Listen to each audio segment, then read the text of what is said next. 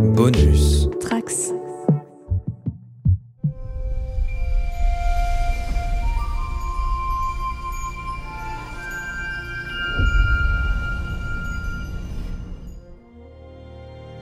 Bienvenue à tous les trekkers et trekkies sur la base stellaire du Cadran Pop, le podcast dédié à Star Trek, écoutable dans toute la galaxie et surtout sur le flux du coin pop. L'an dernier, les 3 derniers épisodes de la saison 1 de Lower Decks étaient clairement les meilleurs de toute la saison. En est-il de même cette année? C'est ce que nous allons voir maintenant. Engage. Wow, would you look at that? A view like this makes you realize it doesn't matter what deck you work on. We're all in it together. And they left us. How much oxygen do we have? A lot, a little, ballpark? Good morning, Cerritos! All right! Lieutenant Kayshawn, welcome to the Cerritos. Rapungi, when he joined the Seven. Working. Alors pour en parler, je ne suis bien sûr pas tout seul puisque je suis accompagné par l'enseigne Céline qui est juste à côté de moi. Bonsoir. Salut. Bonsoir. De la lieutenant Bajoran Marina qui nous revient tout juste de la planète YouTube. Bonjour à toutes et à tous, et je dois dire que c'était le bonsoir le plus sexy que j'ai entendu depuis longtemps. Et de notre remulant de droite à nous, Romain Bramis. Salut Romain. Bonsoir. Non. Céline elle est bien au-dessus. Il y a un petit côté vicieux en même temps. Bon, salut tout le monde. Alors comment ça va? Ça fait un moment que vous n'avez pas entendu, enfin toi Romain, ça fait un moment. Moi ça va super bien et en fait je suis content que le hasard ait voulu que tu me réserves ces 2 épisodes dont on va parler aujourd'hui parce que j'ai vraiment passé un excellent moment devant ces épisodes et ça m'a mis de bonne humeur trekkienne. Ouais, je suis bien d'accord. Et d'ailleurs, justement, avant de parler donc, de l'épisode 8 et de l'épisode 9 de la saison 2 de Lower Decks, on va demander à Céline ce qu'elle a pensé jusqu'à maintenant de cette saison 2 de Star Trek Lower Decks. Et puis même, finalement, comme tu n'as jamais parlé de Star Trek Lower Decks sur le Cadran Pop, ce que tu en penses d'une manière générale? C'est une bonne série, dans la bonne tradition de Star Trek pour moi. J'aime plus la saison 2, à vrai dire, que la saison 1, pour l'instant. Et notamment les deux derniers épisodes que j'ai vus m'ont particulièrement plu. Alors je sais pas si c'est parce que je commence à m'habituer au personnage, mais je sais pas, je suis bien dedans là déjà. Est-ce que tu as un épisode préféré, hormis les 2 dont on va parler ce soir? Est-ce qu'il y en a un en particulier qui t'avait plu particulièrement? J'avais bien aimé l'épisode avec le chien de... Ah, de Tendi, ouais. Ouais, de Tendi dans la saison 1. C'était l'épisode 6 ou 7, je crois, ouais. Mais là, les 2 derniers sont vraiment bien aussi. Ils me rappellent beaucoup d'épisodes des anciennes saisons de Star Trek, quoi. Et toi Romain, hormis, parce que la dernière fois quand s'était vu, t'étais là pour les 3 premiers de la saison 2, du coup qu'est-ce que t'as pensé des épisodes 4, 5, 6 et 7? En fait, j'ai vraiment une impression de crescendo sur cette série, c'est-à-dire que j'ai l'impression que j'ai préféré chaque épisode à son précédent, si tu veux, mais si je devais en choisir qu'un, hormis les deux dont on va parler aujourd'hui, je pense que ça serait celui qui m'a complètement surpris avec, tu sais, celui où on découvre la famille du chef de l'ingénierie, ce monde un petit peu médiéval dans lequel repose sa famille, et voilà.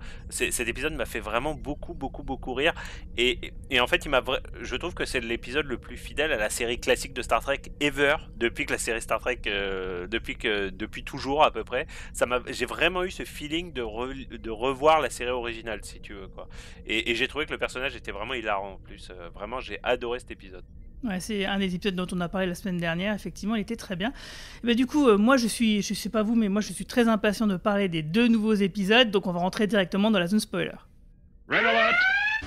Qu'est-ce que ça veut dire? Pourquoi il rigole comme ça? Ouvrez un peu les yeux, vos scores sont bien en dessous de la moyenne. Et dès que je les aurai transmis au commandement de Starfleet, vous serez tous dégradés et réassignés sur d'autres appareils. Vous ne cherchez pas à souder l'équipage?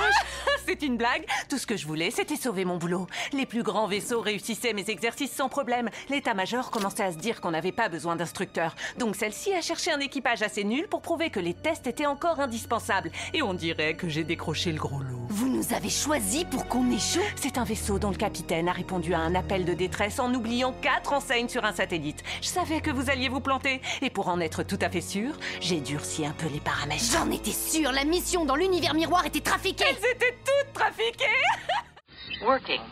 Alors l'épisode 8, moi Exetrus, Alors je crois que c'est ça, hein. Moi, Exetrus, c'est un épisode très sympathique où on voyait donc une instructrice pandrorienne de Starfleet qui arrivait sur l'USS Cerritos pour proposer des exercices qui poussent l'équipage des ponts inférieurs, ou même l'équipage dans sa globalité, puisqu'il y a aussi celui de la passerelle, à endosser le rôle de l'autre. Donc en gros, les ponts inférieurs devenaient les gradés et les gradés devenaient les ponts inférieurs. Tout ça parce qu'en fait, justement, le Cerritos, le Captain Freeman a abandonné Rutherford, Tandy, Boimler et Mariner dans l'espace alors qu'elle recevait un signal de détresse.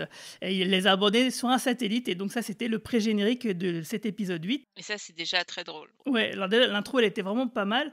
Du coup, qui c'est qui veut réagir dessus, Marina ? Bah ouais, parce que franchement, ça m'a fait trop rire, quoi. On les voit partir. Et tu vois après, non mais c'est bon, ils vont bientôt revenir. Et là, tu vois écrit 6 heures après. Mais c'est tellement drôle, le timing. Le fait qu'ils les retrouvent complètement congelés, qu'ils finissent à l'infirmerie et tout. Mais t'es partagé entre la pitié et puis en même temps, le timing est juste parfait parce que entre la scène d'introduction où c'est vrai que c'est beau de l'espace et tout, et puis le vaisseau qui s'en va, qui les abandonne et les récupère 6 heures après, mais toute la scène déjà donne le ton de l'épisode. Ça n'annonce pas le reste parce que c'est indépendant. Bon, après, on est dans la zone spoiler, donc voilà, c'est pour ça qu'en fait le vaisseau est choisi par ce fameux instructeur. Mais c'est très très drôle. On rit, mais tout est une question de timing en fait. Comique. Et c'est quand même la fille du capitaine qu'ils oublient. Hein. Ouais, en plus, ouais. C'est fort. Moi, j'ai adoré cet épisode, hein. Vraiment, j'ai du mal à choisir entre celui-ci et celui de cette semaine. Mais ce que j'ai adoré dans cet épisode, c'est que ça m'a rappelé tu sais, dans Next Generation et dans Deep Space Nine, t'avais toujours les holodeck épisodes, enfin, et dans Voyager aussi d'ailleurs. Oui. T'avais les holodeck épisodes qui pour moi font vraiment partie des épisodes cultes, hein, de Star Trek. L'holodeck, c'était à partir de Next Gen, c'est vraiment devenu un point essentiel de l'écriture Star Trekienne en fait, si tu veux. Et j'ai retrouvé beaucoup de ça dans cet épisode. Il y a quelque chose d'autre que j'aimerais dire, et ça vraiment, ça porte sur les deux épisodes, mais également sur d'autres épisodes de la saison. Je trouve vraiment que la série a trouvé son ton, en fait, et c'est un ton qui m'est assez familier parce qu'il me rappelle beaucoup la série The Orville, dont beaucoup d'anciens fans de Star Trek sont fans. Je m'explique. Je trouve que la série reste en son cœur une série humoristique, c'est-à-dire que c'est la comédie de situation. La scène dont vient de parler Marina est typique, hein, voilà, ils se font oublier, ils sont gelés, etc. On rigole, et on rigole bien en plus, hein, parce que c'est vraiment très drôle. Mais les fonds des épisodes, les scénarios de fond des épisodes pourraient très bien convenir à un épisode de Next Generation ou de Deep Space Nine, en fait. T'aurais très bien pu imaginer un épisode de Next Generation où l'Enterprise est testée par quelqu'un qui en fait a un agenda, qui est là pour les blâmer en quelque sorte, quoi. Et j'ai vraiment trouvé ça brillant en fait. Et on retrouve un petit peu ça dans l'autre épisode, celui dont on va parler plus tard. Bon, j'en parlerai après du coup. Mais voilà, j'ai vraiment adoré cet épisode et je me suis dit que autant j'ai vraiment ri, je me suis vraiment marré dans cet épisode, autant ça aurait pu être le pitch de cet épisode, ça aurait tout à fait pu être un épisode de Next Gen ou de Deep Space Nine en fait. Sauf qu'il n'aurait pas couru tout nu dans le... Ouais, non mais c'est ça, sûr. la série se réunit pas du tout en tant que série comique, hein. Exactement comme The Orville qui reste drôle dans tous ses épisodes, même ses épisodes les plus sérieux, The Orville ne réunit jamais son aspect comique, mais le fond de l'épisode, je trouve, on est dans du vrai Star Trek.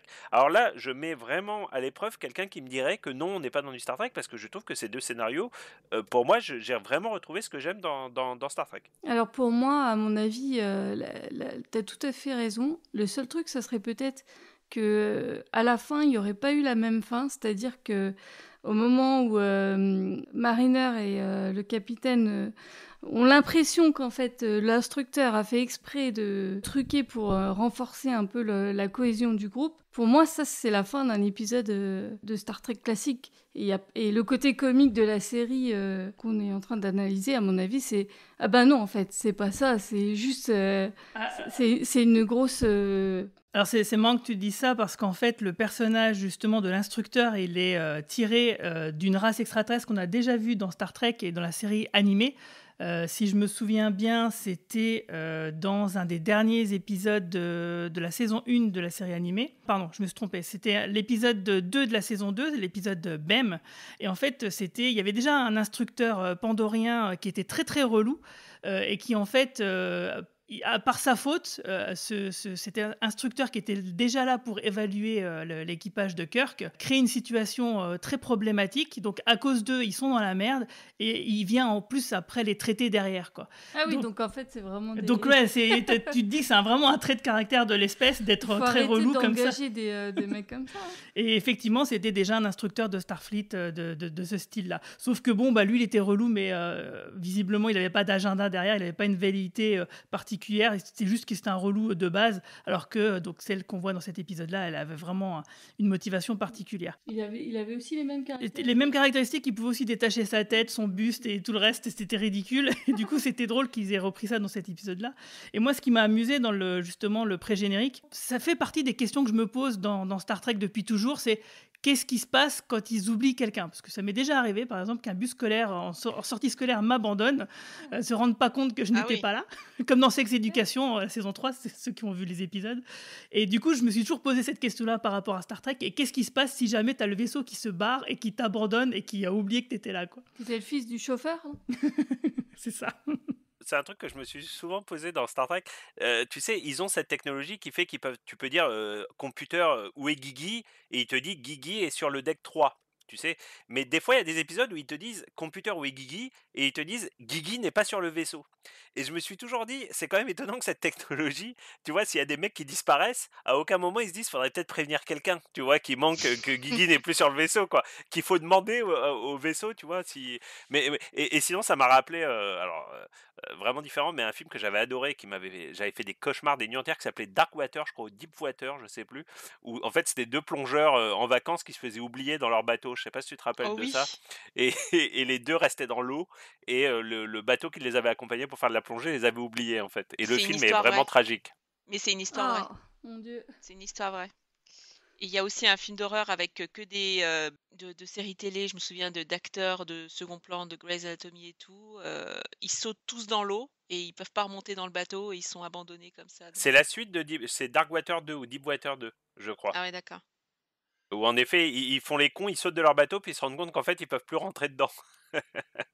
En tout cas, là, ce qui était intéressant, effectivement, c'est un épisode holodeck quelque part, mais pas tant que ça, parce qu'en général, les épisodes holodeck, c'est surtout l'holodeck qui déconne et qui crée un problème. Là, on a juste des séquences holographiques qui nous permettent de passer d'une séquence à l'autre, un peu comme l'épisode 8 de la saison 1 d'ailleurs, hein, si vous vous souvenez, avec les flashbacks, il y a un peu ce concept-là qui revient. Mais l'holodeck déconne quand même, puisque les expériences sont truquées. Et c'est pour ça que tout ce que tu vois dans chaque séquence est 1000 fois trop... Enfin, c'est complètement fucked up, ouais. En fait, si tu veux. Oui, mais c'est pas par accident, quoi. C'est pas badgé, par exemple. Mais en tout cas, du coup, ça nous fait voir Boimler d'un autre œil, hein, parce que du coup, ça veut dire qu'il est devenu sacrément balèze. Mais on va y revenir. Donc, ouais, il y a plusieurs séquences holographiques qui nous ramènent à des épisodes précédents. Donc, Mariner, elle a droit à plusieurs, justement, séquences intéressantes. Elle va dans l'univers miroir. Donc, bien sûr, ça nous ramène à tous les épisodes miroirs, notamment celui de la série classique. Et elle est habillée comme Uhura, jusque dans les moindres détails dans l'épisode. Avec ce ventre incroyable qu'a Uhura dans l'épisode. Il faut vraiment revoir l'épisode. Elle a un ventre extraordinaire. Et tu sais, Marina, cette espèce de bracelet de bras en forme de serpent un petit peu qu'elle a autour du bras, autour du biceps. À la grecque. C'est grec. Ouais, à la grecque, exactement. Assez dingue. Mais c'est hallucinant et c'est très drôle de voir l'équipage dire je vais tuer le capitaine et me retrouver sur un vaisseau encore plus sinistre. Mais l'épisode, il est tellement drôle dans la parodie de l'épisode miroir. C'est tellement dans tous les excès. Mais c'est la séquence, elle dure peut-être quoi? Une minute, 2 minutes, mais elle est hilarante. Et finalement, elle se fait choper parce qu'elle est droitière au lieu d'être gauchère. C'est quand même l'arnaque absolue. Elle avait fait trop de... La prise Vulcaine, là. C'est ça. Raccro. Et puis sinon, elle se retrouve aussi dans une séquence western qui rappelle l'épisode de Spectre of the Gun, l'épisode 61, au-delà du Far West, de la série classique. Chekhov meurt. Avec le ciel rouge très caractéristique. Ouais, c'est ça, où tu voyais bien que c'était effectivement un studio de cinéma. Mais bon, ça faisait bien, ça avait vraiment un style très très particulier qui, moi, je trouvais était bien sympathique avec la bataille de Kekorai en fond, quoi. Donc c'est un épisode... Alors moi, c'est vraiment le genre d'épisode que je déteste, hein, personnellement. Ouais, les épisodes où, en gros, t'as Kirk qui se promène sur une planète où il y a une époque qui est représentée de l'histoire de l'humanité. Moi, ça m'a toujours saoulé. Et donc, elle se retrouve, donc vous l'avez évoqué déjà tout à l'heure, et alors ça, C'est quand même une séquence qui a mis en PLS pas mal de fans,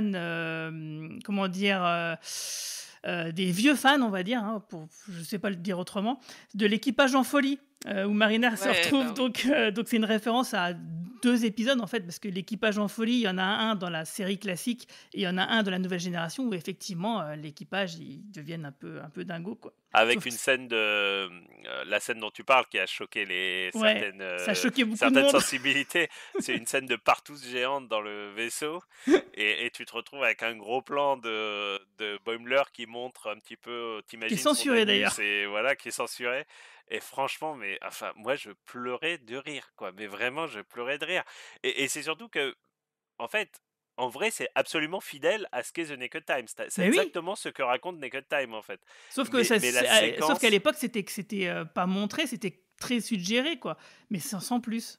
Mais la séquence, elle est hallucinante. Franchement, ils auront tout osé dans cette série, hein. Alors là, vraiment. Pour l'anecdote, moi j'ai vu l'image sur Twitter avant de voir l'épisode et j'ai cru que c'était un fan art de quelqu'un qui avait fait une blague. Et je me disais, c'est pas possible que ce soit dans l'épisode. Et quand j'ai vu l'épisode, je me suis dit, ah ouais, quand même. Et d'ailleurs, vous avez remarqué que Bill Ups, lui, il est toujours tout seul, hein. Bill Ups, il est toujours tout seul dans la partouze. Lui, le sexe, ça l'intéresse vraiment pas du tout, quoi. Je trouvais que là, les personnages dans cet épisode, ils nous ressemblaient vachement. Parce qu'en fait, ils étaient super enthousiastes de voir des scènes que nous, on voyait en fait à la télé. Donc, je me suis super bien identifiée. Par exemple, Boimler, il va dans un truc de Borg et il est tout content. Ok. Oui, c'est vrai que si nous, on pouvait se projeter dans la fiction qu'est Star Trek, on serait ravis aussi. J'attends qu'ils fassent des holodecks. Hein. J'attends. Des escape games. Je suis d'accord avec toi, Céline. Je trouve que c'est une façon assez brillante de faire une sorte de clip show, ce qu'on appelait avant les clip shows, c'est-à-dire un épisode qui te ramène à plein d'épisodes du passé. Voilà, et je trouve que c'est fait de manière assez organique. Et j'en reviens à mon idée initiale, hein, de dire que je continue de penser que avec un ton différent, ça aurait pu faire un très très très bon épisode de Next Generation ou de Deep Space Nine qui serait revenu sur des séquences comme ça un petit peu cultes. Je pense que si cet épisode avait été un épisode de Deep Space Nine, ça aurait été un épisode cultissime. Tu vois ce que je veux dire? Parce que t'aurais fait revenir... t'imagines de revisiter des épisodes de Star Trek classiques avec des membres d'équipage de Deep Space Nine ou Next Generation, ça aurait eu un impact extraordinaire. Comme ils l'ont fait pour l'épisode des 30 ans, d'ailleurs. Comme ils l'ont fait dans l'épisode de 30 ans, mais sur une séquence, enfin sur un épisode. Tandis que là, la façon dont ils l'ont fait, ils ont réussi à revisiter sur un épisode de 20 minutes 4 ou 5 épides de Star Trek classique, en fait. Et ça, j'ai vraiment trouvé ça brillantissime, quoi. Ouais, tout à fait. Donc, tu as l'épisode éthique, le 16e de la saison 5 de la nouvelle génération avec Tandy. D'ailleurs, c'est un épisode écrit par Ronald D. Moore où, en fait, effectivement, il y a Worf qui se fait blesser au dos et qui veut mourir plutôt qu'on le soigne. Donc, tu as le Dr. Crusher qui était un peu dans la situation de Tandy. Donc, la blague, là, elle fonctionne à fond. On a Rutherford, effectivement, qui nous rejoue le sacrifice de Spock dans Star Trek 2, évidemment. Sauf que là, on voit qu'est-ce qui se passe si jamais Spock n'avait pas fait ce qu'il avait fait. L'Enterprise explosait directement. Non, mais là aussi, c'est une super bonne idée de se dire, ouais, mais qu'est-ce qui se serait passé s'il n'avait pas réussi à ouvrir la porte? C'est vraiment le truc auquel tu ne penses pas, quoi. Et là, il essaye d'ouvrir la porte, il fait, non, je vais me sacrifier, c'est bon. Ah merde, c'est trop chaud, j'arrive pas à ouvrir, en fait, quoi. Et c'était super drôle, quoi. C'était vraiment super drôle. Même la scène, justement, qui rejoue Ethics avec Worf qui veut mourir, mais la scène, comment ils réussissent à rendre drôle un sujet qui est très sérieux. Enfin là, de la vie. Ils réussissent à renverser. Voilà, ils renversent complètement les codes. Et moi, honnêtement, j'ai eu un avertissement sur Amazon Prime, hein. C'était interdit aux moins de 16 ans, langage grossier, situation sexuelle. Enfin, j'avais toute la totale, hein. Je me suis demandé ce que j'allais regarder, en fait, hein. Je ne savais pas si j'étais assez âgée pour regarder. Donc, mais je pense que c'est à cause de Boimler, le interdit aux moins de 16 ans. Je pense que c'était à cause de Boimler. Mais The Naked Time, toute la séquence, ils vont au bout de ce qu'aurait dû être l'épisode si... si c'était possible. On était sur si c'était possible et si on était sur HBO, parce que alors là sur HBO ça aurait été enfin, est-ce qu'on aurait vraiment voulu voir William Shatner tout nu? Je sais pas. Non. Je sais pas, moi, pourquoi pas. Ouais. Ou le capitaine Picard, ouais, bon. On préfère le voir dans l'espace. Ouais. D'ailleurs, on parlait de The Orville tout à l'heure. The Orville débarque sur Disney+ le 13 octobre, donc la semaine prochaine. Donc moi, je vais pouvoir enfin découvrir cette série, justement, que je n'ai pas. Toi, tu l'as vu, toi, Céline? J'ai vu, j'ai pas tout vu. Toi, t'as vu la saison 1, je crois. Ouais. Et j'ai bien aimé. J'ai pas trop aimé. Il y a de l'humour que j'ai pas trop aimé.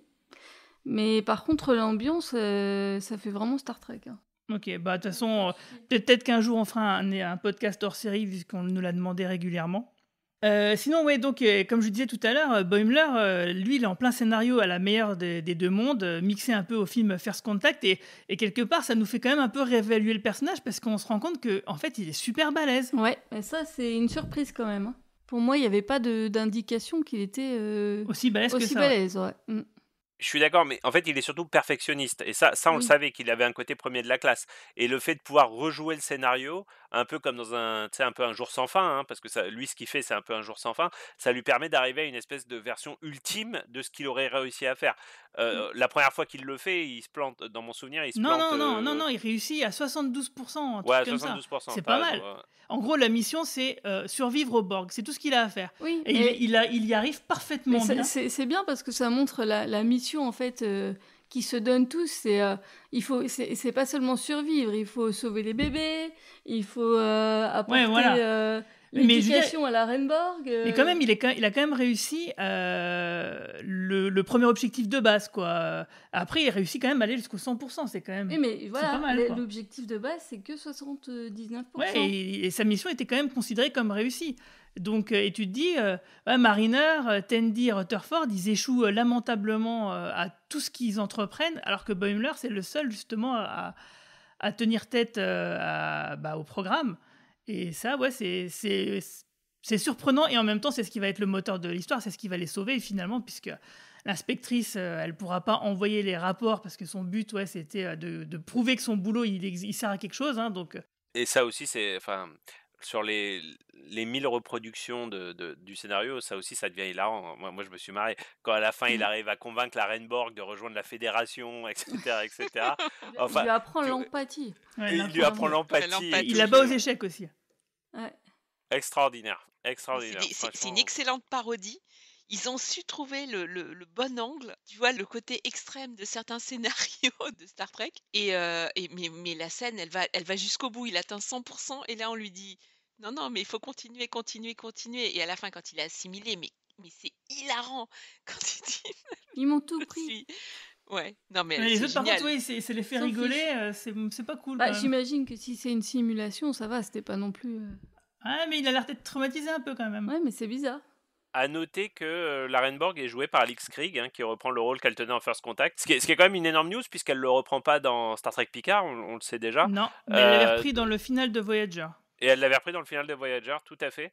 Donc moi ça m'a... Vu que First Contact, c'est un film qui est super important pour ma fanitude, j'étais vraiment époustouflé de l'avoir là, quoi. Ouais, c'est vrai qu'ils nous font plaisir avec des petits guests comme ça, par-ci, par-là, qui fonctionnent bien, quoi. Là, donc on a eu Riker, Paris, et maintenant la Renborg, ouais, c'est sympa, quoi. Jeffrey Combs, qui jouait pas un rôle aussi, du passé, mais quand même. L'ordinateur, il était génial. Ça fait trop plaisir. Ouais, et donc pendant ce temps-là, il y avait les gradés qui trouvaient que la vie des points inférieurs était plutôt facile, jusqu'au moment où ils se rendent compte qu'effectivement, ils n'ont pas à faire grand-chose. Et moi, ce qui m'a fait rire, c'est qu'à un moment donné, ils sont là en train de ranger des trucs, et puis il y a une attaque de Klingons, et puis ils se disent « Ah, super, on va pouvoir y aller !» Et finalement, on leur dit « Non, continue de ranger les caisses !» Et puis à chaque fois, on voit la porte qui s'ouvre, on voit un officier supérieur qui a un costume différent, donc on se demande « Mais qu'est-ce qui se passe? C'est quoi l'aventure ?» Mais en tout cas, eux, ils en sont exclus, et du coup, ça les frustre. Et du coup, effectivement, cette idée d'empathie, de team building qu'on a déjà eu plusieurs fois dans la saison, fonctionne, quoi. Là, vraiment, l'équipe, elle se rapproche, et ils apprennent vraiment les uns les autres, et ils forment vraiment un véritable équipage comme on l'entend dans Star Trek, et ça fait vraiment très plaisir. Mais tu vois, par rapport à une critique que vous avez pas mal faite, et j'étais d'accord avec vous, Marie-Paul a fait ça en particulier, où vous disiez qu'il y avait trop de... Parfois, à force de vouloir faire une story B, C, D, etc., ils allaient pas suffisamment au fond des choses. Là, j'ai quand même trouvé que ils étaient restés quand même sur l'essentiel, et la partie sur les officiers supérieurs qui deviennent Lower Decks, c'est beaucoup plus mineur que le reste de l'épisode, en fait. Et puis surtout, ça sert à l'ensemble. C'est ça, et ça sert à l'ensemble, tout à fait. Et tu vois, je l'ai presque un peu oublié cette partie, mais c'est pas grave, parce que vraiment, c'était pas une partie importante de l'épisode, quoi. C'était juste une petite aparté, quoi. Mais t'as raison, d'ailleurs, dans les 2 épisodes dont on parle ce soir, il y a ça, c'est-à-dire qu'il n'y a pas vraiment de choses qui sont décrochées de l'ensemble, c'est vraiment un tout, quoi.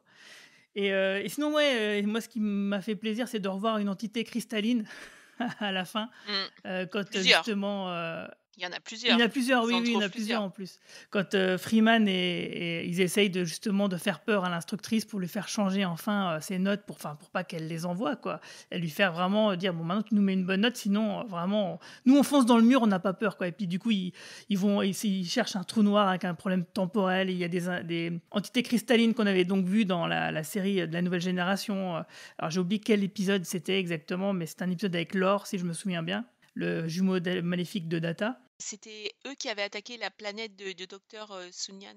Mais en tout cas, la planète et les habitants ont été détruits parce que le docteur Oui, est c'est lui ça. tué par Lore. Oui, après, oui, tout à fait, oui. Et ça montre quand même qu'ils sont assez déjantés. Hein. Oui. Recule devant rien. Enfin, même s'ils ont Il y en un a peu menti en disant qu'ils avaient exagéré le risque qu'ils prenaient, mais quand Oui, même, mais c'est c'est quand quand même même un un vrai tournoi. risque, quoi, ouais, tout à fait. Alors, est-ce que vous avez quelque chose d'autre à rajouter sur cet épisode avant qu'on passe au suivant ? Bah, juste que j'avais adoré cet épisode et que je pensais vraiment que ça serait le meilleur de la saison et que je m'attendais pas à voir le suivant qui était finalement lui le meilleur de la saison. Pour l'instant. C'est la journée du copinage avec les commandeurs. Mariner, on sera que tous les deux aujourd'hui. Je suis à la disposition du capitaine aujourd'hui. Qu'est-ce que ça veut dire? Ah, ma mère me tanne depuis des mois pour qu'on passe du temps ensemble et j'arrête pas de repousser. Mais là, avec ce trajet, elle sait que j'ai pas d'excuses. Vous allez tous passer le trajet avec un pote de passerelle? C'est pas par choix. Oh, vous avez de la chance. Un petit coup de pouce d'un ami commandeur a du poids quand on attend une promotion. T'as 12 heures devant toi, c'est le moment de te faire de nouveaux amis. Moi, je préférerais servir sur un vaisseau où la hiérarchie est rigide, comme chez les Binars ou les Klingons. T'es jamais monté à bord d'un vaisseau Klingon, je crois pas que ça te plairait beaucoup. Arrête, ils explorent le quadrant depuis des siècles. Moi, je suis sûr que leurs peaux inférieures sont bien plus chouettes que tu le crois. Ouais, donc on va parler donc de l'épisode 9. Alors, je sais pas si je vais le dire correctement, c'est Vij Duj, le titre. C'est très bien. C'est très bien. Écrit en Klingon dans l'intro de la série, d'ailleurs. Oui, exactement, ouais. Écrit en Klingon, c'était plutôt sympathique. Alors, il est à noter que moi, déjà, j'avais trouvé que l'épisode 9 de la saison 1, c'était le meilleur. Donc là, peut-être que ça sera le cas ici aussi. Même si j'avais trouvé le final de la saison 1 aussi excellent. Donc du coup, j'espère que le final sera encore meilleur aussi. Et que ça monte un peu en puissance. Alors l'épisode, c'est une histoire qui commence très simplement avec une journée de congé où tout le monde, parmi les points inférieurs, aura une activité avec un gradé, sauf Boimler, qui va regretter cet état de fait et qui va donc préférer, et qui se dirait qu'il préférait presque servir sur un vaisseau Klingon, quoi. Ce que lui fera remarquer Mariner que non, tu sais pas vraiment comment ça se passe sur un vaisseau Klingon. Et bim, là l'épisode il nous transporte justement sur un vaisseau Klingon où on suit donc des points inférieurs, des équivalents de Rutherford, Boimler, Mariner et Tendi en version Klingon. Donc on a bien aussi une espèce de Boimler Klingon qui aimerait bien prendre de l'avancement et qui donc aimerait bien buter son capitaine pour prendre sa place, quoi. Ça, c'est vraiment très sympathique et c'est l'oiseau de proie Chitat.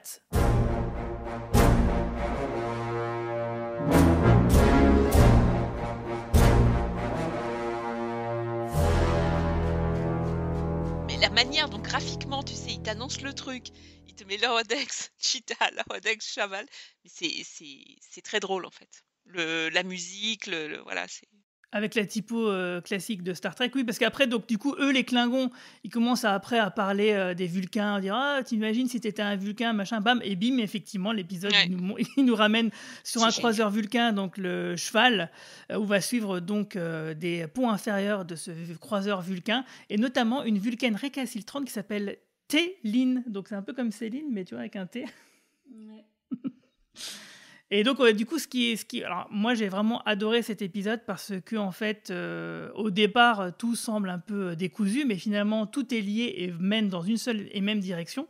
Et surtout, ce qui est intéressant, c'est que les personnages ne sortent pas de leur cadre. C'est-à-dire que c'est pas Mariner, c'est pas Boimler, c'est pas Rutherford, c'est pas Tendi qui sauve la situation. Ça reste quand même le Cerritos en tant que tel, et notamment avec sa tête, bien sûr, la capitaine. Et donc, du coup, c'est bien, c'est qu'on continue. Ça veut dire que ça devient pas quand même des héros à la nouvelle génération, façon Enterprise, du jour au lendemain, et on peut continuer comme ça, quoi. Ça devient pas des héros, mais ce que ça te montre, c'est qu'il y a quand même une vraie influence des Lower Decks sur l'ensemble de la vie du vaisseau, et que rien ne se serait passé de la même façon dans aucun des trois vaisseaux s'il n'y avait pas eu ces Lower Decks, en fait. Pas sur le Cerritos, par contre. Pour cet épisode-là en particulier, non. Pour les autres, oui, mais pour celui-ci, non. C'est vraiment sur le croiseur Vulcain et l'oiseau de proie Klingon qu'effectivement, les points inférieurs ont été quasiment décisifs. Mais bon, comme sur le Cerritos, ça a été le cas les épisodes précédents, Ouais, c'est pas grave là. J'essaie de me rappeler, j'ai un peu oublié le. En fait, Boimler, lui, il se fait passer pour un Hawaïen pour faire une fête avec le numéro 1.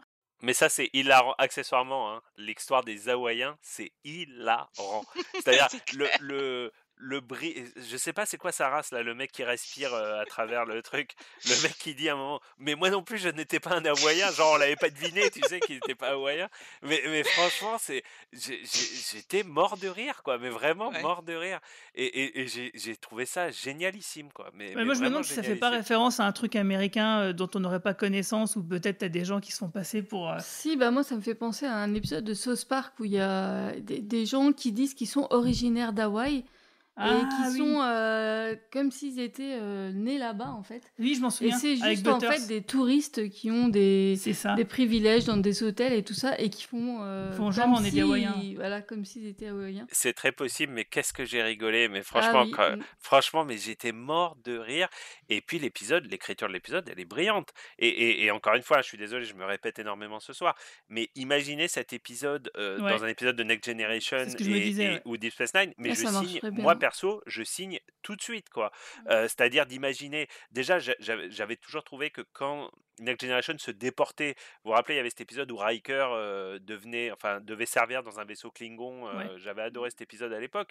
Je trouvais ça brillant. Mais là, ils arrivent non seulement à le faire sur plusieurs races, mais en plus, comme tu l'as dit, Guigui, à raccrocher les histoires au bout, si tu veux, de façon à ce que tout soit lié. Et puis. Avec une blague à la fin sur les Lower Decks Borg, où là, pareil, je guettais pour voir s'il allait se passer autre chose, tu vois, si on avait un qui avait Ouais, moi soufflé ou truc. Mais même comme ça, c'est. Enfin, je sais pas, et les Pakled aussi, mais les Lower Decks Pakled. Enfin, il n'y a rien acheté dans cet épisode, il n'y a rien acheté, quoi. Oui, parce qu'en fait, tu vois, sur le Cerritos, en fait, les points inférieurs, là, ils vont pas avoir d'influence. Parce que Mariner, elle va juste passer du temps avec sa mère, elle va jouer à un jeu de société. Rutherford, il va faire de la poterie avec Shax. Et Tandy, elle va faire de l'escalade, donc une grosse référence à Star Trek 5, avec notamment les bottes anti-gravité de Spock que Boimler va utiliser ici. Voilà, donc eux, dans cet épisode-là, ils ont vraiment peu d'influence. Mais en gros, ça illustre qu'effectivement, parce que Boimler, là, il le dit bien, c'est sa conclusion, et effectivement, c'est ce que nous raconte l'épisode, c'est que les ponts inférieurs ont une véritable influence sur l'ensemble. Mais ça, c'est le propos de la série dans sa globalité. Donc, ne pas voir le Boimler, Rutherford, Mariner et Tandy avoir cette influence-là dans cet épisode-là, c'est pas grave. Moi, personnellement, la scène de la poterie m'a fait énormément rire aussi. J'ai trouvé très drôle le personnage qui s'énerve en tant que victime traumatisée de la guerre, Bajoran. Ouais, non, mais je m'attendais à voir une scène parodique de Ghost, en fait. Ah. Je suis trop marquée par le film et je m'attendais à ça, en fait. Pas un truc genre je suis traumatisée, effectivement, par la résistance. Je voyais J'ai Kira. bien aimé ce qu'il a dit. Il dit se battre contre le fascisme, c'est un full-time job. Oui. C'est pas mal. Non, mais tous les dialogues sont bien écrits, enfin 20 minutes, mais 20 minutes bien remplies et très très bien écrites. Et moi j'étais contente de voir des Vulcains aussi parce que on n'a pas vu tant que ça finalement. T'as raison Céline, et c'est vrai qu'on se demande du coup à la fin de l'épisode, donc l'officier Vulcain qu'on a suivi a un nouvel assignment, c'est exactement où elle va. Hein. Et ça laisse quand même envisager que ça va devenir un nouveau personnage récurrent au sein du Cerritos, et ça va être intéressant parce qu'en effet c'est une typologie de personnage qui me manquait un petit peu à Lower Decks. Je trouve aussi. Ouais, et en plus de ça, alors moi je suis content parce que comme je le disais dans plusieurs podcasts, moi je voyais bien un arc sur les Pakled. Est-ce que cet arc est terminé ou est-ce qu'il va continuer ? Moi je le vois bien que peut-être poursuivre un petit peu, mais c'est clair que le final ne va peut-être pas forcément jouer là-dessus. Peut-être que si, mais a priori peut-être que non, et que tout simplement le cliffhanger sera amené par une nouvelle dynamique des personnages, par l'arrivée justement de T'Lyn sur le Cerritos. Et il y a aussi autre chose sur laquelle je voudrais attirer votre attention et avoir votre avis. Enfin, vous voyez le trope qui arrive régulièrement quand il y a des personnes dans une famille qui sont en colère, qui sont un peu fâchées et qui se rabibochent. En général, quelques temps après, à l'un des deux, il arrive quand même des bricoles. Et du coup, je ne sais pas pour vous, mais moi, je suis un peu inquiet pour la capitaine Freeman, du coup. C'est possible. Alors, sur le premier point, pour moi, l'arc est fini. C'est-à-dire qu'à partir du moment où le Klingon s'est fait, tu comprends que le Klingon était finalement le point liant de la série, c'était lui qui complotait depuis le début. À partir du moment où lui est mort et que les Pakleds se retrouvent à poil, hein, littéralement, puisqu'ils ont plus de bombes, ils ont plus rien. Pour moi, l'arc est fini. On n'en parlera plus. Du coup, ça laisse en effet se demander ce que sera ce dernier épisode. Est-ce qu'il y aura une sorte de cliffhanger comme il y avait eu dans le premier, hein? On se rappelle qu'à la fin de la première saison, Boimler passait sur le Titan, hein, il rejoignait l'équipage de Kirk. Et en même temps, de Riker, pardon, de Riker. Et en même temps, est-ce que c'est vraiment le ton de la série de faire un cliffhanger entre guillemets dramatique? Je sais pas. Honnêtement, je sais pas, mais c'est vrai que ça laisse un petit peu perplexe sur ce que sera ce dernier épisode du coup, parce que d'un point de vue, bon, c'est une série comique, hein, donc ça sera peut-être juste un autre épisode comique, mais d'un point de vue luant, il y a plus grand-chose à raconter sur l'histoire qu'il raconte depuis le premier épisode. Bah, sauf que là, on a des nouveaux ingrédients qui arrivent. Moi, je vous le dis clairement, moi j'imagine qu'il peut arriver quelque chose à Freeman. Le fait qu'elle se soit réconciliée avec Mariner peut du coup justement avoir un impact émotionnel fort si jamais il lui arrive quelque chose. Est-ce que l'épisode va être épique? Parce que là, l'épisode-là était très épique. Hein, donc, d'ailleurs, moi, j'étais complètement à fond. Hein, la bataille spatiale, ça a beau être téléphoné, que le croiseur Vulcain arrive. Moi, j'étais tellement à fond que quand le croiseur Vulcain est arrivé, j'étais tout content. Quoi. J'étais presque à bondir sur mon siège. La bataille, elle est somme toute assez simple, mais ouais, pour moi, en fait, je vais vous dire clairement, c'est le meilleur épisode Star Trek, toutes séries récentes confondues. Je me suis vraiment senti chez moi devant cet épisode. C'est vraiment ce que j'ai pensé après avoir vu l'épisode. J'ai trouvé que c'était ça faisait... Tu sais, il y a toujours ce truc dans Star Trek où il faut un moment pour que la série trouve son ton. Et sur ces 2 derniers épisodes, et encore plus sur celui-ci, je me suis dit, ça y est, on revit ce moment où une série Star Trek a trouvé son ton. Tu vois ce que je veux dire? C'est-à-dire exactement. que ça y est. Et en plus de ça, je sais pas si tu as remarqué, mais c'est un épisode sans vraie référence aux séries précédentes. Il n'y a pas de clin d'œil, il n'y a pas de trucs comme dans les autres épisodes où c'est très présent. Là, il n'y en a quasiment pas, quoi. Oui, mais et en même temps, t'es dans Star Trek, quoi. Enfin, je veux dire, t'es dans les Klingons, les Pakleds, voilà. Mais oui, je vois ce que tu veux dire. C'est moins référencé, en fait, que d'autres épisodes. Ouais. Mais c'est bien ancré. Mais c'est bien ancré. Bien vu, Céline, c'est exactement ça. Peut-être que le dernier épisode... Là, j'ai essayé de regarder des infos, il n'y a vraiment aucune info, hein, donc on sera peut-être sur une grosse surprise dans ce dernier épisode. Alors, est-ce qu'on peut imaginer un truc, je sais pas, encore des guests, tu vois, pourquoi pas, autour du Vulcain, peut-être. Peut-être que le dernier épisode sera juste l'intégration et l'ouverture vers l'arrivée de ce nouveau personnage qui est je sais pas quoi, Téline. Téline. Qui ne se contrôle pas, visiblement. Ouais, non mais là, les scènes où tout le monde lui dit « Non mais tu ne te contrôles pas » et tout. C'est à mourir de rire. Elles sont très drôles parce que... Et quand elle va tomber sur Mariner, ça va lui faire drôle, je pense.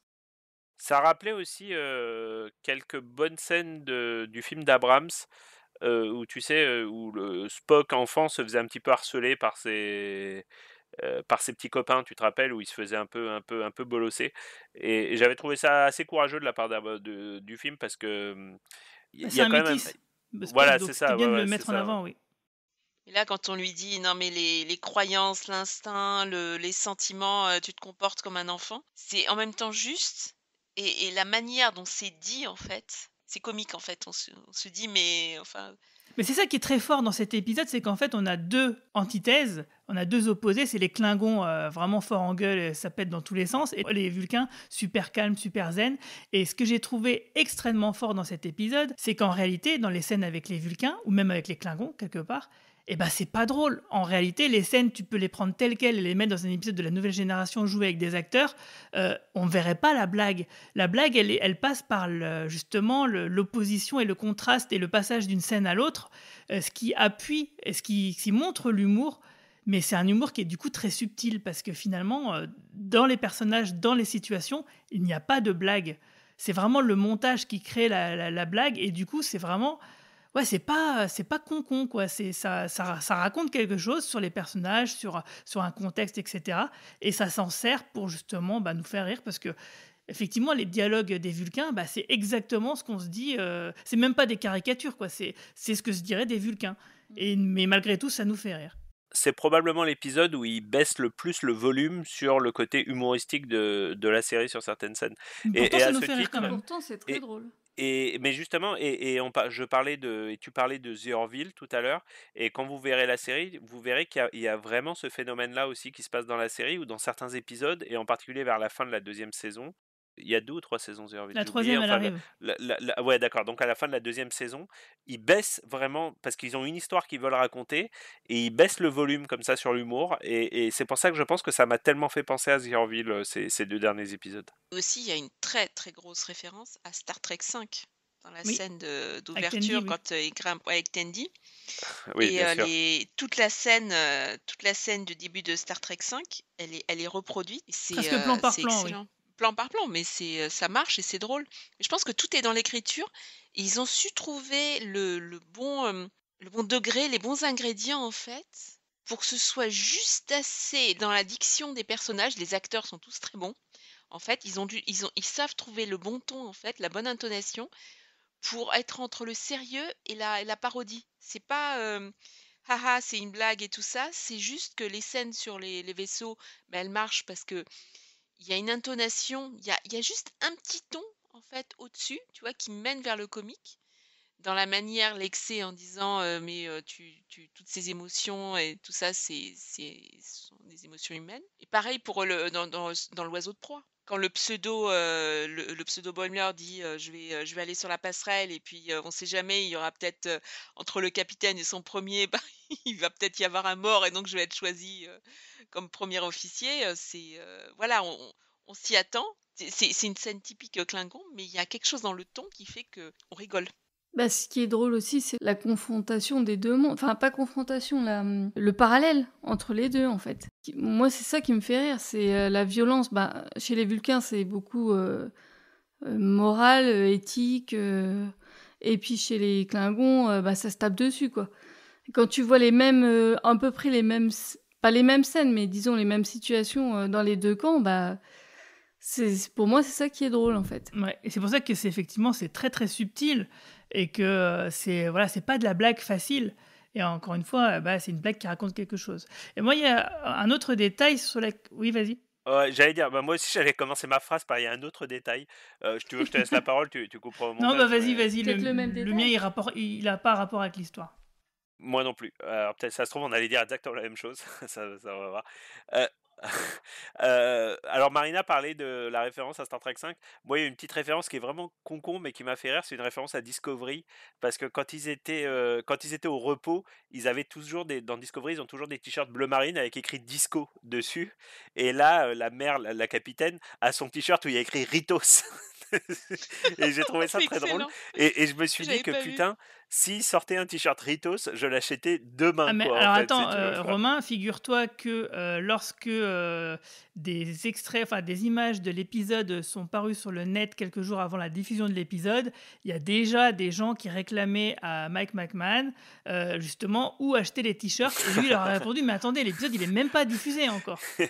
Et c'est vrai que du coup, j'ai vu qu'il y avait des fans qui se disaient, parce que tu sais, comme on est fan de Star Trek, on veut toujours chercher une cohérence, tu sais, absolue. Et on se dit, mais du coup, est-ce que tous les vaisseaux Star Trek ont un initial à 4 lettres ou à 5 lettres? Et du coup, est-ce qu'à bord de l'Enterprise, ils avaient des t-shirts Ant D ou tu vois, quelque chose comme ça? Et c'est vrai que du coup, tu te poses la question. Mais tu vois, c'est des petites références qui font pas de mal et que si tu les captes pas, ça n'a aucune importance. Ouais, c'est vraiment des petits détails. Alors non, moi, ce que je voulais dire, c'est par rapport à l'animation. C'est quand même quelque chose que j'ai déjà remarqué dans cette saison 2. Alors, je sais pas si tu l'as remarqué, toi, Céline. Je trouve qu'au niveau de l'animation, il y a une amélioration dans cette saison 2 au niveau des mimiques et de la fluidité des mouvements des personnages et aussi d'avoir des faciès très différents. Et là, notamment, ça m'a beaucoup plus choqué ça m'a beaucoup plus frappé sur cet épisode-là, notamment sur le chef, le méchant Klingon. J'ai trouvé que dans sa gestuelle, sa façon d'être animé, ses mimiques, et même Shax aussi un peu à la fin, il y avait une fluidité, il y avait un apport tout particulier qui avait été fait au niveau de l'animation et dans les mouvements et dans les postures, dans tout ce genre de choses. Et aussi, par exemple, au niveau de la couleur, il y a des ombres portées qui étaient appliquées sur son visage pour le rendre encore plus menaçant. Et c'est tout plein de petits détails comme ça, graphiques, esthétiques, qui aussi ont monté en puissance par rapport à la saison 1. Et ça me fait vraiment très très plaisir. En plus de, quand il y a des vaisseaux, des batailles spatiales, ça marche du feu de Dieu, quoi. Je serais curieux de. Souvent, on termine sur les séries sérieuses, on va dire. J'aime pas dire ça, mais on aime bien recevoir des contradicteurs sur le coin pop. Je serais vraiment curieux d'avoir. Et je dis ça sans provocation, mais je serais curieux d'avoir l'avis de fans de Star Trek un peu plus. Qui n'aiment pas l'ère Kurtzman d'une manière générale, sur ces 2 épisodes. Alors, je peux te dire déjà pour le 8, sur certains forums que j'ai pu lire, le plan avec Boimler, c'est tellement pas passé que je pense que l'épisode, il est jeté avec l'eau du bain, quoi. Ah d'accord, ok. Bah, ça déjà c'est un point de vue intéressant. Et je serais intéressé de savoir ce qu'ils ont pensé du dernier. Mais surtout je serais intéressé Alors je comprends que la partouze et tout c'est plus gêné, enfin voilà. Mais ce que j'aimerais savoir, s'ils ont la même impression que moi que ces 2 scénarios auraient pu faire des excellents, voire même des épisodes mythiques, inoubliables de Next Generation ou de Deep Space Nine en fait. Je me demande si au moins ils ont eu cette même sensibilité que moi. Ben, on verra. Je vais essayer de voir si Matou il peut nous faire une petite capsule, par exemple. Yves, je sais qu'il est très occupé, donc, mais je vais essayer d'avoir quand même, ou alors peut-être même de lire des commentaires qui auraient été écrits sur les forums, si j'ai l'autorisation de leurs auteurs. Moi, j'ai pensé comme toi. Hein. Je trouve aussi que les 2 derniers, là, ils étaient pile poil dedans. Plus que les autres. C'est l'impression d'une série qui est arrivée à maturité, quoi. Et peut-être un peu plus vite que les autres séries Star Trek. C'est peut-être aussi parce que Mike Manahan est un vrai fan de Star Trek. Alors je dis pas que les autres sont pas... Enfin, c'est toujours un peu vain ces débats. Oui, c'est des faux fans, c'est des vrais fans. Mais bon, Mike Manahan, on sait que c'est un vrai fan hardcore de Star Trek. C'est peut-être pour ça qu'il a plus rapidement trouvé sa voie. Mais il avait écrit une espèce de saison 8 parodique de la nouvelle génération, par exemple. Ouais, tout à fait. Mais là, moi, j'ai retrouvé ce sentiment d'une série qui me livre des épisodes que j'oublierai pas, ou en tout cas que j'ai pas envie d'oublier. Et je disais tout à fait l'inverse en début de saison. C'est ce que j'allais dire. Il y a eu du chemin qui a été parcouru, parce qu'au début, c'est pas du tout ce que tu disais. Ouais. Bah, je trouve pas ces 2 épisodes anecdotiques, si tu veux. Voilà, le seul, je trouvais, c'était pas un défaut d'ailleurs, mais je trouvais que cette série était anecdotique, il en faut aussi, hein, à l'heure du streaming, il en faut des séries anecdotiques. Je trouve pas du tout que ces 2 épisodes soient anecdotiques. Voilà. Et d'ailleurs, est-ce que vous regardez en VO ou en VF ? VF. Moi, VO, sans même me poser la question, bien que je kiffe tellement les doubleurs français, je trouve qu'ils sont extraordinaires, mais j'ai toujours peur, si tu veux, en regardant VF, comme je suis quand même un gros trekkie, j'ai toujours peur de rater des références, tu sais, que les traducteurs ratent un certain nombre de blagues, ou même pas ratent, mais n'y arrivent pas, c'est-à-dire n'arrivent pas à faire la référence, et c'est pour ça que je regarde en VO. Je peux te dire que en général, ils ratent rien. Ça fonctionne toujours très bien. Il y a juste, dans l'épisode 8, à un moment, ils parlent de Q et ils disent Q. Et donc, ouais, ça, c'est un petit peu embêtant parce que du coup, dans la phrase, j'ai mis un temps à la comprendre parce que le Q était mal prononcé. Alors que dans la saison 1, c'était parfait, quoi. Donc, c'est le seul raté que de la VF, quoi. Donc, ça va. Par exemple, quand il parle de The Naked, à un moment, il cite nommément The Naked Time et il fait « Ouh, Naked Time !» Et par exemple, ça, j'imagine que ça sort pas en français. Non, ils le disent pas exactement de la même façon. Non, ouais, c'est ça. Tandis que là, si tu veux, quand il rentre dans la scène de partouze, je crois que c'est le Bajorin qui fait « Naked Time !» En fait, il dit l'équipage en folie, quoi. Il dit le titre VF. Donc, ça marche quand même. Donc, ils ont bossé, les mecs, quand même. Non, mais carrément. Oui. Pas mal. Bien joué, les gars. C'est le mec qui fait l'équipage en folie. Tu sais qui fait la traduction, d'ailleurs, Guy ? Je te parle pas des voix des acteurs qu'on adore ici, mais qui fait la traduction ? Non, mais j'aimerais bien l'interviewer pour la prochaine session de la prochaine saison, la saison 3 de Lower Decks. Parce que la semaine prochaine, donc on sera accompagné par 2 acteurs, hein, comme je vous l'ai déjà dit. Ça sera vraiment un podcast, d'ailleurs, à pas manquer, hein, à plusieurs titres. Je pense que c'est un podcast où on fera donc le bilan. On va critiquer donc le dernier épisode et on fera le bilan de la saison. Mais il sera plutôt riche. Il y aura pas mal de choses intéressantes. Donc, vous qui nous écoutez, ne ratez surtout pas le podcast de la semaine prochaine. Mais du coup, là, on arrive sur la fin. Qu'est-ce qu'on pourrait dire pour conclure ? Qu'on s'est régalé, non ? Enfin, qu'on s'est marré, qu'on s'est régalé, qu'on a passé un super moment, qu'on en veut plus et que ça fait du bien d'être Enfin, moi, je me sens très bien en tant que Trekkie en ce moment, quoi. Très, très bien, moi. Moi, je suis hypée par l'arrivée de la Vulcaine. Ouais, moi aussi. J'ai vraiment adoré son personnage tout le long de l'épisode. Sa répartie, sa façon qu'elle a pour nous de l'extérieur, elle a l'air très très vulcaine, mais pour les autres vulcains, elle a l'air tellement rebelle. Ouais, elle a l'air hardcore, quoi. Mais j'aime bien ce petit côté rebelle, mais le ton reste égal, et puis tout est dans l'attitude et tout, c'est excellent. Ouais, c'est vraiment très drôle. Ouais, donc du coup, j'ai vraiment hâte de la voir interagir avec les autres personnages. Et je pense aussi que le Klingon qu'on a découvert là, qui prend le commandement de l'oiseau de proie, je pense aussi qu'on va le revoir. Parce que je pense quand même qu'il y aura des retombées de ce qui s'est passé là.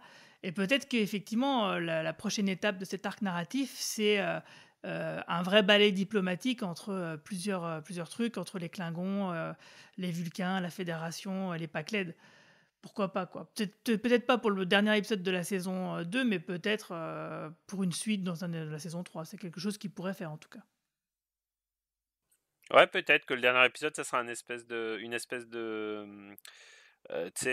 rencontre à Kitomer, un peu, c'est-à-dire Voilà, une espèce de gros traité de paix et tout. Ouais, ça serait intéressant. Ouais. Parce que du coup, ça permettrait de conclure vraiment l'arc et puis de le prolonger et de mettre en place ces nouveaux personnages. Et voilà, mais encore une fois, alors, moi je touche du bois, mais j'espère qu'il ne va pas arriver de malheur à la capitaine Freeman, parce que je trouve qu'elle a vraiment une bonne dynamique maintenant avec les autres. Mais moi je le sens mal. C'est tellement pas le ton de la série. Non, tu crois qu'il serait pas capable de péter du dramatique comme ça, quoi? Non, à la limite qu'elle se fasse enlever peut-être. Ouais, bah quand je dis bricole, ça veut pas forcément dire mourir. Hein. Oui. Moi je la vois pas mourir vraiment à tout prix, quoi. Mais une bricole, elle pourrait être blessée, elle pourrait être kidnappée. Kidnappée, c'est une bonne idée, effectivement, se faire enlever pour faire un petit cliffhanger. Parce que, par exemple, là, on parle. Pour moi, l'épisode était tellement. Quoi ? Pardon. Il y a beaucoup de kidnapping en général. Ouais, dans Star Trek, il y en a. C'est vrai que là, il n'y en a pas eu beaucoup pour l'instant dans Lower Decks. Et c'est vrai que moi, par exemple, cet épisode m'a tellement plu, j'étais tellement à fond dedans, j'ai trouvé tellement épique. De mon petit cœur de fan de Star Trek que je m'attendais presque à avoir un double épisode et d'avoir à me taper un à suivre à la fin de celui-ci, quoi. Tellement j'étais dedans, quoi. Moi, je vois presque une promotion pour Boimler. Pardon, excuse-moi, Romain, mais moi, je vois presque une promotion pour Boimler. Encore une. J'allais dire quasiment la même chose, mais pas pour Boimler. En fait, tu sais, il y a une phrase que j'aime bien qui est « Méfie-toi de ce que tu veux, tu pourrais l'obtenir ». Et finalement, le liant de toute cette série, c'est la frustration du capitaine Freeman qui en a marre qui veut aller plus loin, tu vois, qui en a marre de faire des missions de seconde zone.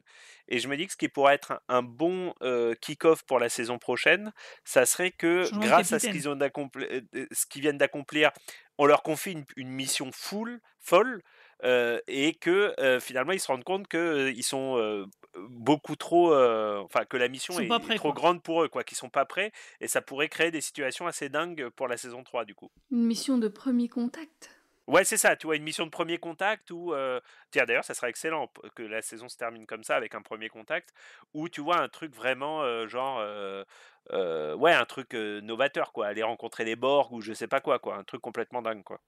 Oui, parce que c'est vrai que pour l'instant, à chaque fois que la série, elle va un peu dans l'épique, là, finalement, le Cerritos, il s'en sort pas tout seul, c'est un croiseur vulcain qui l'aide, et à chaque fois qu'il y a des scènes d'action un peu balèzes, soit c'est des choses...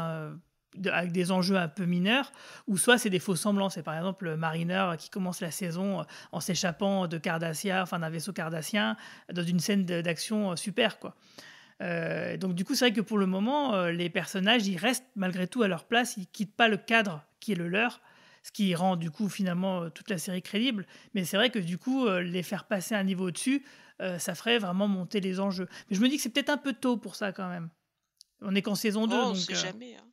Ouais, et puis ils l'ont un peu déjà fait, tu sais, quand Boimler était sur le Titan, où lui, il était dans un univers qu'il voulait pas du tout. En fait, il se rendait compte que c'était en fait pas du tout ça qu'il voulait, et il pourrait faire la même chose, mais au niveau de l'ensemble de l'équipage, quoi. Oui, pourquoi pas. Est-ce que vous pensez qu'on va revoir Riker ou le double de Boimler la semaine prochaine? Non, j'allais dire Riker, je sais pas, mais vu qu'on sait absolument rien sur ce dernier épisode, à ma connaissance, et que c'est le dernier épisode, ça serait surprenant qu'il n'y ait pas quelque chose de... Il nous réserve une surprise de derrière les fagots, quoi. Toi, qu'est-ce que t'en penses, Céline? Non, moi, je ne les voyais pas revenir, mais je sais pas. Peut-être. Aucune idée. Non, moi, je vois plus les Padlek revenir, ou un truc, une espèce de grand conseil, ou de... Je vois plus un truc comme ça. mais pas Riker, mais ou alors tu vois une espèce de guest, mais genre un truc énorme. Ouais, je suis d'accord avec Marina. Pas Riker, parce que finalement, ça serait pas une surprise, du coup, puisqu'il c'est déjà un semi-régulier. Mais par contre, en effet, si on conserve ton idée que le dernier épisode soit une espèce de rencontre avec Itomer, ouais, pourquoi pas Patrick Stewart, enfin, je sais Non, rien, mais alors Patrick quelqu'un Stewart, de... c'est sûr que non, parce que Mike McMahon a déjà dit qu'il n'utiliserait pas le personnage parce qu'il est trop haut, quoi. Tu vois, il est trop. Ben justement, trop dans le cadre intouchable. d'une rencontre, tu vois, là, ça serait vraiment un amiral qui serait Ah, je capable sais de pas. traiter Bah, moi, un je verrais signé de plutôt pied. Janeway à la rigueur, parce que du Ouais, coup, il faut pas oublier que exactement. ça ferait la passerelle après avec la série, parce que la saison suivante, pas pour nous pauvres Français, mais pour les Américains, en tout cas pour certains autres pays dans le monde, et ben la semaine d'après, il y aura Star Trek Prodigy qui va débuter avec justement une Catherine Janeway en hologramme. Donc du coup, ça serait un parfait liant entre Lower Decks et Prodigy, quoi. L'amiral Janeway qui file la nouvelle mission du Cerritos, ça serait chouette. Et je pense que ça sera assez cohérent par rapport à l'histoire qu'ils essayent de raconter. C'est clair, ça aura une super gueule, quoi. Et ben en tout cas, on va s'arrêter là. Je pense qu'on a déjà fait le tour du sujet. Sinon, toi, Romain, quoi de neuf en ce moment? Est-ce qu'on Écoute, peut te plein de retrouver? choses, plein de choses, mais tu m'as pris au dépourvu. J'ai Ah, rien comme à d'habitude. raconter. Tu sais Euh, qu'à chaque fois, je vais te poser la question quand même. Tu devrais te Oui, préparer mais maintenant. écoute, j'y étais pas. Allez, je la refais. Écoute, plein de choses cool en ce moment qui m'arrivent dans mon boulot et dans ma vie perso et dans plein de choses. Mais rien d'aussi intéressant que de vous retrouver semaine après semaine pour parler de Star Ah Trek. là là, qu'il est gentil. Et toi, Marina, donc en fait, enfin, la vidéo de Papy Geek est sortie. Oui, tout à fait. Alors, très contente d'avoir participé à cette vidéo avec Papy Geek et Marie-Paul et du Quadrant Pop et voilà. Donc c'était donc Nicolas et Il y avait Denis aussi. il y avait Denis, ouais. Et Et personne, ouais. J'ai oublié. Mais en tout cas, vous pouvez la retrouver sur le et site. Patrick, voilà. Voilà, c'est ça. Voilà, franchement, c'était génial et Papy Geek est vraiment un héros pour avoir sorti cette vidéo. Donc, Ouais, donc elle est en merci à deux lui. parties finalement. Donc là, la première partie, c'est sur les 2 premiers films et la deuxième partie, ça sera sur le 3 et le 4. Et donc, on en a fait un petit article sur notre site, donc podcast.lecadranpop.fr. Vous pouvez aller voir, évidemment. Bien, en ce moment, je suis en train de regarder Foundation et je dois dire que j'ai été agréablement surprise. Beaucoup de choses ont changé par rapport au bouquin, mais c'est tout à fait normal vu que le livre et les nouvelles ne sont pas adaptables en l'état.